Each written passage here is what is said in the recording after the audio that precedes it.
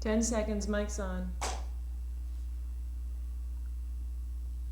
Stand by. My fellow Americans, I want to speak to you today about our request to help the Nicaraguan freedom fighters, which Congress should be voting on within the next 2 weeks. Let me say at the outset, this will be a vote of supreme importance. History will soon record whether the United States Congress, faced with a powerful Soviet bloc challenge to capture Nicaragua and spread communism throughout Central America, stood by and watched, or had the courage to stand up for freedom and America's security. The facts are clear and the facts are compelling. The days of pretending Nicaragua is some aggrieved, misunderstood country, an innocent lamb of peace wishing only to live in harmony with its people and neighbors, have long passed. Nicaragua is a country held captive by a cruel clique of deeply committed communists at war with God and man from their very first days. Between 1979 and 1981, when a trusting America was still providing more economic aid to Nicaragua than was any other nation, the Nicaraguan regime was already saying, Marxism, Leninism is the scientific doctrine that guides our revolution, and this revolution goes beyond our borders. These men are deadly serious. Of all the nations in Central America, only Nicaragua suspends all civil rights. Only Nicaragua suppresses political parties and refuses any dialogue with its opponents. Only Nicaragua murders political dissenters and indoctrinates children with class hatred. Only Nicaragua persecutes the Catholic Church, humiliates its cardinal and the Pope, and tortures believers of other religions, from Mormons to evangelicals to Mosquito Indians. Above all, only Nicaragua has become a wedge of aggression that intimidates and undermines its neighbors.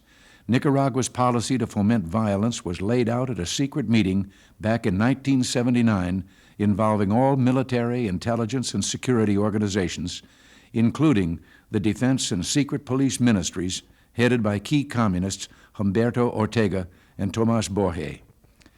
Now this dictatorship becomes more dangerous as a flood of weapons and manpower pour in from the Soviet bloc and their cold-blooded allies, the PLO and Libya. One thing alone unites these enemies of democracy: hatred for America and America's values. These men did not come to Central America to spread goodwill. These men came to do us harm, and they mean to succeed. As Gaddafi gloated, supporting Nicaragua means a great thing. It means fighting America near its own borders.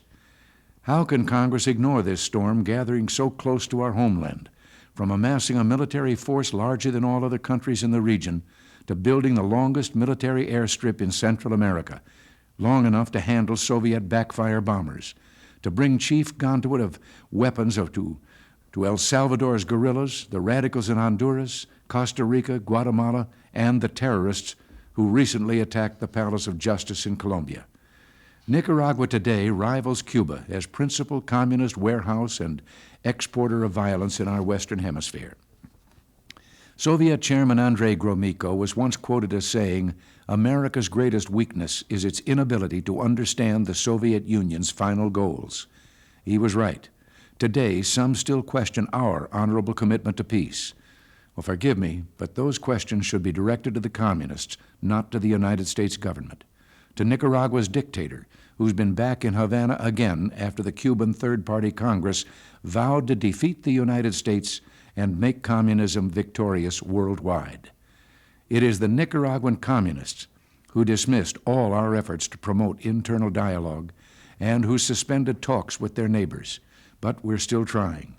Next week, I'm sending Ambassador Habib to meet with President Duarte of El Salvador, who has offered to resume talks with the guerrillas in El Salvador if the Nicaraguan communists begin simultaneous talks with the pro-democracy forces in that country.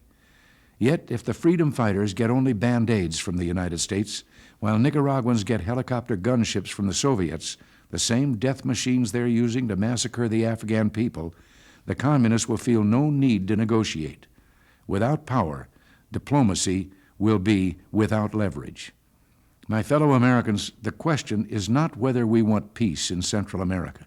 The question is, will we meet a growing danger from the Soviets, East Germans, Bulgarians, North Koreans, Cubans, and PLO camped on our doorstep, a danger which already is disrupting peace in Central America and will soon imperil our own security?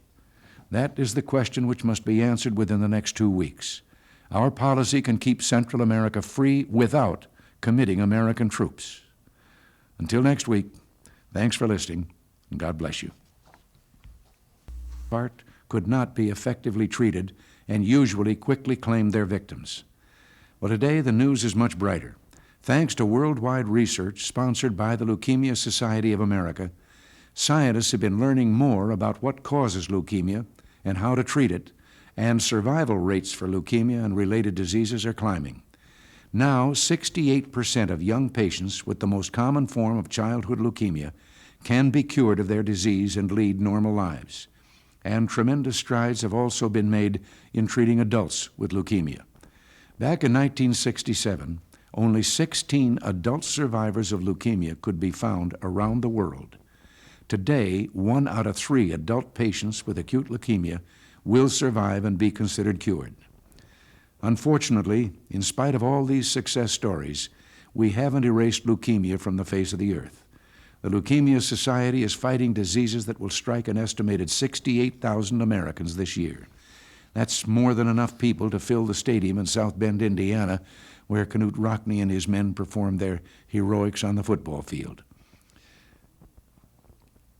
The Leukemia Society of America has made great strides in battling leukemia, but we need your help to continue the fight and find the final cure. So I'm asking you, please support the Leukemia Society, and let's work toward that great day when leukemia will be a thing of the past.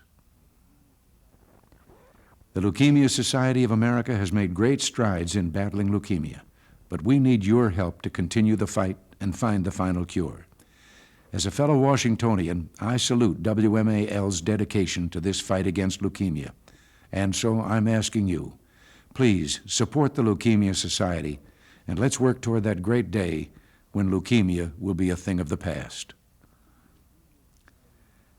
The Leukemia Society of America has made great strides in battling leukemia, but we need your help to continue the fight and find the final cure. I ask all of my friends and fellow citizens in Northern California and the surrounding area to join KGO in their fight against leukemia. And so I'm asking you, please support the Leukemia Society, and let's work toward that great day when leukemia will be a thing of the past. Cut.